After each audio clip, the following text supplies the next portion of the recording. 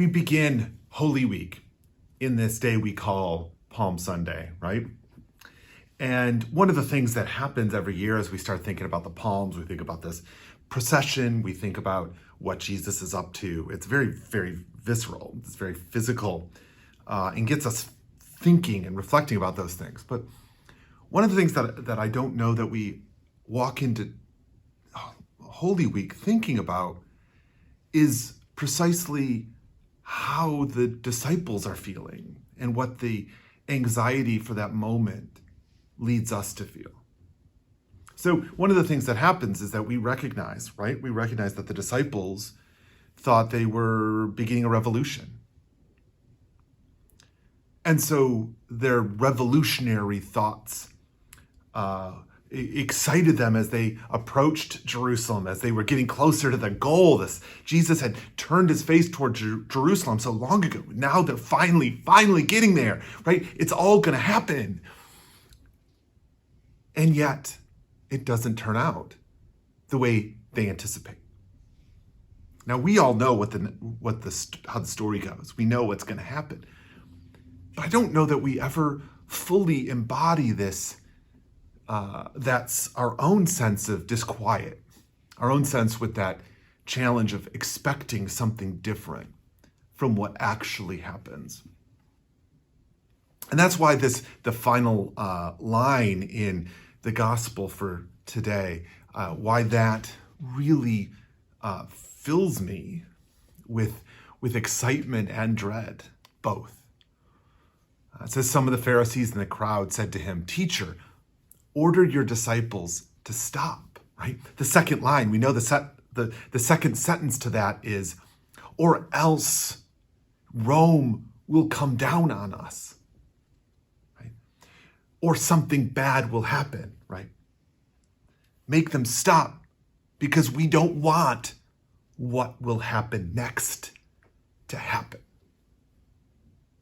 And Jesus responds by saying, he answered, "I tell you, if these were silent, the stones would shout."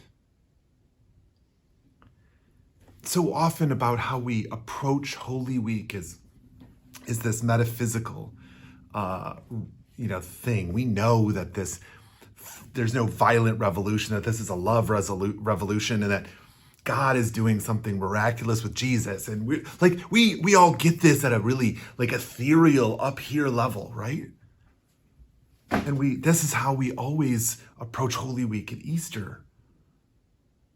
But what about this gut level? What about what's happening to us in our world? This line, when I hear this line, it reminds me of saying, NATO better not allow Ukraine in, right? Right? Because Russia's going to get mad. Right? You better not say that bad thing. You better not say that thing that we all know is true, but you better not say it out loud because someone's going to get mad, right? Better not.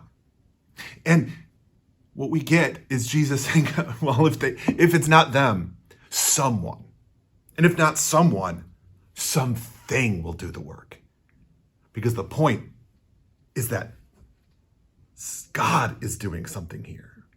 And if we're not up to the task, God's going to find someone or something that is. One of the problems that we get into during Holy Week is that we start focusing too much on what God is doing, that we forget what Jesus is actually saying here. He's not commenting on the capacity of God to do something. No, he kind of is. That's not his purpose. His purpose is to say, we are doing it. Because if we won't, God will find someone else. The point is that we're called to do this. We're called to name this hard thing, to shout when it would be easier to not, to say the thing that would get us into trouble, to do these sorts of things, because it is necessary. It is the work. And it is what we are called to do now. This is the material of Holy Week. And as hard as it is to deal with internally, it's what we're called to do right now. Blessings on this week, and I will see you tomorrow.